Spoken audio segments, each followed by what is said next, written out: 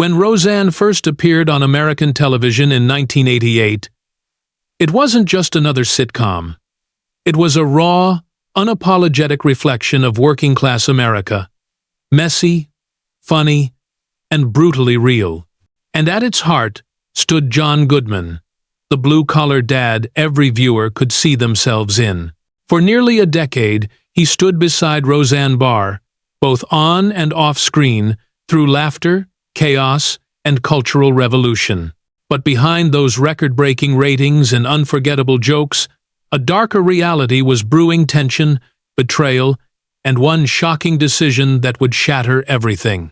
Now, John Goodman opens up about what truly caused the end, and why he believes it can never be the same again.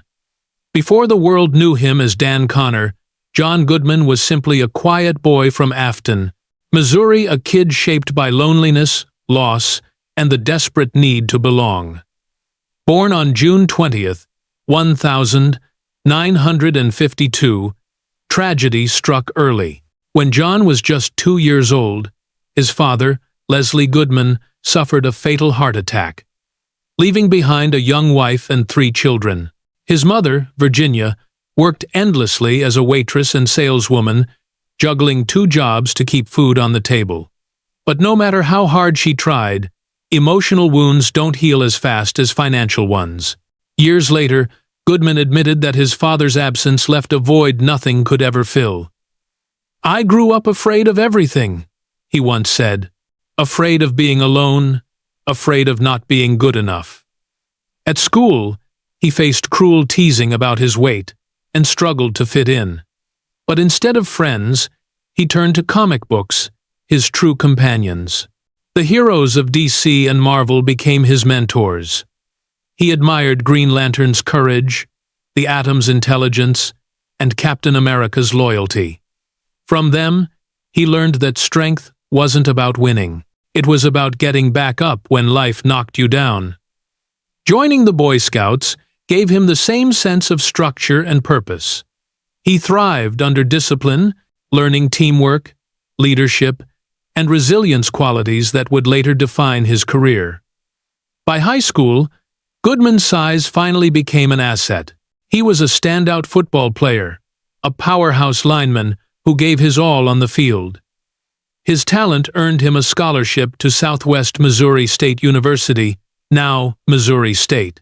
It was a dream come true for a small-town kid who had always felt invisible. But dreams can collapse in an instant. In 1970, during his freshman year, he tore his ACL, a devastating injury that ended his football career before it truly began.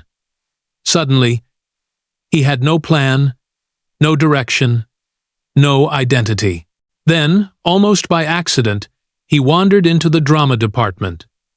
A friend convinced him to audition for a play. It was a small part, just a few lines. But the moment he stepped on stage, something inside him changed. The rush of performing, the laughter of the audience, the thrill of becoming someone else. It lit a fire in him. "I was smitten," Goodman later said. "I knew I'd found what I wanted to do for the rest of my life." At Missouri State, he studied drama alongside future stars like Kathleen Turner and Tess Harper. For the first time, he felt like he belonged. Acting gave him purpose and a community that accepted him. When he graduated in 1975, he took a leap of faith. With just $1,000 borrowed from his brother, he boarded a bus to New York City. His mother was terrified. "She thought I'd get mugged or starve," he recalled. But Goodman wasn't afraid anymore. New York, in the mid-1970 seconds, was rough, dangerous, and full of life. He rented a cheap apartment in Hell's Kitchen, a place that matched his own grit and determination. Those early years were brutal. He faced endless auditions, constant rejection, and nights spent waiting tables, selling tickets, or working odd jobs just to scrape by. He even tried bouncing at a nightclub once, and quickly realized violence wasn't in his nature. But through all the struggle, he never gave up. His big break came not in Hollywood, but on stage. He threw himself into off-Broadway shows, dinner theater, and small-town productions across the country. Each role, no matter how minor, sharpened his instincts and deepened his understanding of people. By the early 1982s, John Goodman had quietly become one of New York's most dependable stage actors. He didn't know it yet, but every line, every rejection, every curtain call was preparing him for the role that would change everything. Dan Connor. By 1987, Goodman had spent over a decade working in the shadows, small films, regional theater, the occasional TV guest spot. He wasn't famous yet, but he had something special: authenticity. Goodman had a warmth and timing that couldn't be faked, the kind of presence that made ordinary people feel extraordinary. And that's exactly what ABC needed when casting for a bold new sitcom built around a brash, working-class comedian named Roseanne Barr. The idea behind Roseanne was simple and revolutionary. It wasn't about luxury or perfection. It was about real people who loved, fought, and survived. Families who lived paycheck to paycheck. Messy, funny, flawed, and deeply human. The producers had their Roseanne, but they still needed a believable husband. Dozens auditioned. None felt right until John Goodman walked in. At the time, he was performing Antony and Cleopatra in Los Angeles when ABC called. The moment he met Roseanne, sparks flew. She was blunt, sharp, and unfiltered. He was calm, witty, and effortlessly real. During the test scene, Roseanne barked, "Shut up!" Goodman fired back with a laugh, and the whole room erupted. Within 30 seconds, everyone knew that was Dan Connor. When Roseanne premiered on October 18, 1988, it was an overnight phenomenon. Within weeks, it soared to the top of the Nielsen ratings. By the end of its first season, it was the second most watched show in America, drawing over 36 million viewers each week. Audiences saw themselves in the Connors, the Bills, the laughter, the exhaustion, the love. Goodman's Dan was the anchor of it all. He wasn't perfect, but he was real. Sometimes stubborn, sometimes gentle, but always grounded in love.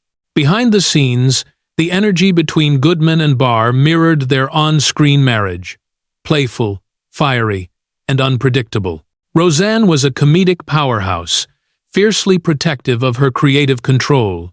When she clashed with creator Matt Williams over the show's direction, Goodman and co-stars Laurie Metcalf and George Clooney backed her, a move that pushed Williams out and cemented Roseanne's dominance. But power came with a cost. As her control grew, so did the tension. Her relationship with Tom Arnold, her boyfriend and later husband, only added fuel to the fire. Still, Goodman remained steady, the voice of calm in the chaos. Between 1989 and 1995, he earned 7 straight Emmy nominations and won a Golden Globe in 1993. Joking in his acceptance speech, "I'd like to thank my personal trainer, but I don't have one." That humility made fans love him even more. Goodman's portrayal of Dan changed TV forever. For decades, sitcom fathers were polished or distant, but Dan Connor was real. Sweaty, tired, flawed, and full of love. Viewers saw their own dads in him. But as fame grew, so did the strain. Roseanne became one of the most powerful women in Hollywood. The laughter on set slowly gave way to pressure and fatigue.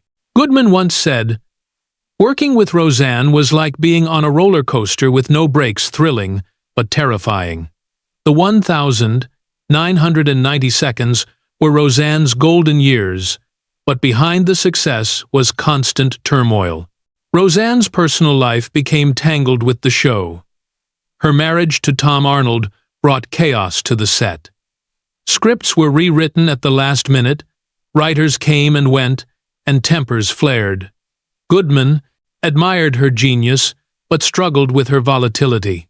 "She could be the funniest person you ever met," he recalled, "and the hardest person to work with the next day." By 1997, the show ended after 9 seasons.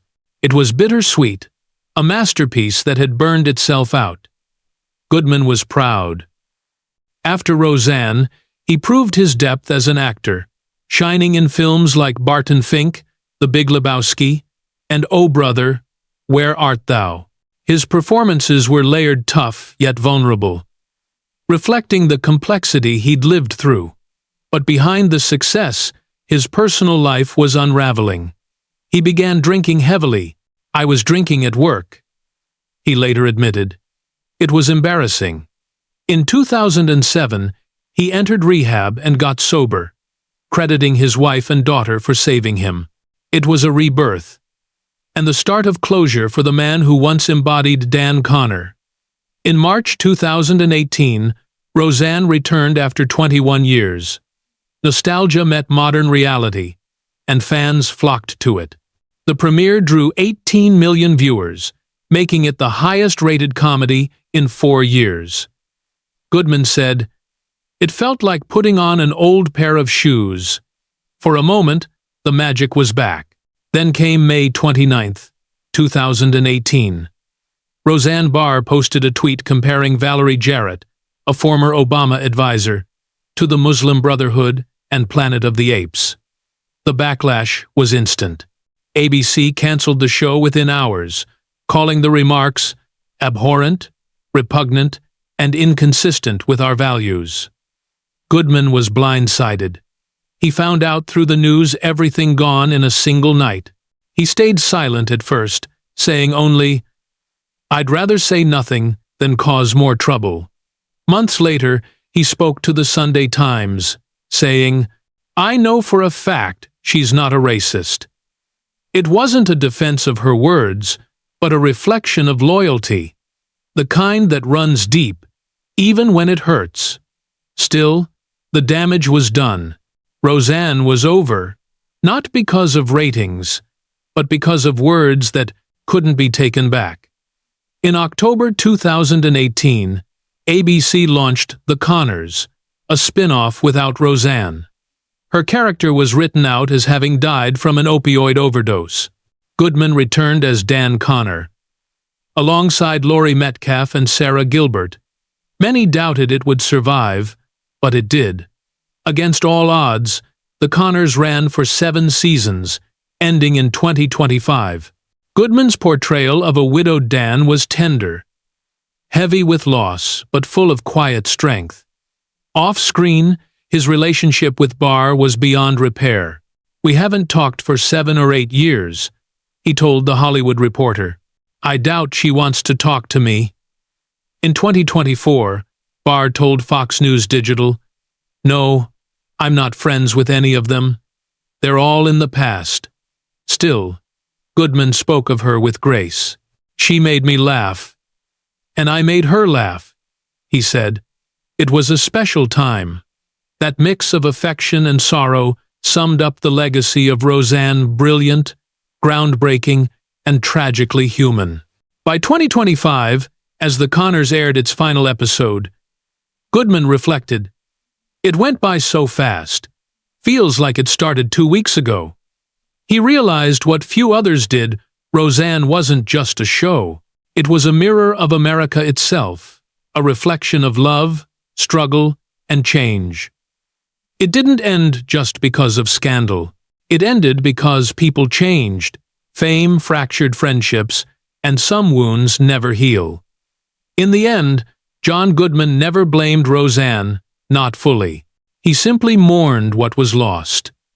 The laughter, the trust, and something that once felt like family. Do you think Roseanne could ever make a comeback? Or is its legacy sealed forever? Tell us what you think in the comments below. And don't forget to like, share, and subscribe for more true Hollywood stories.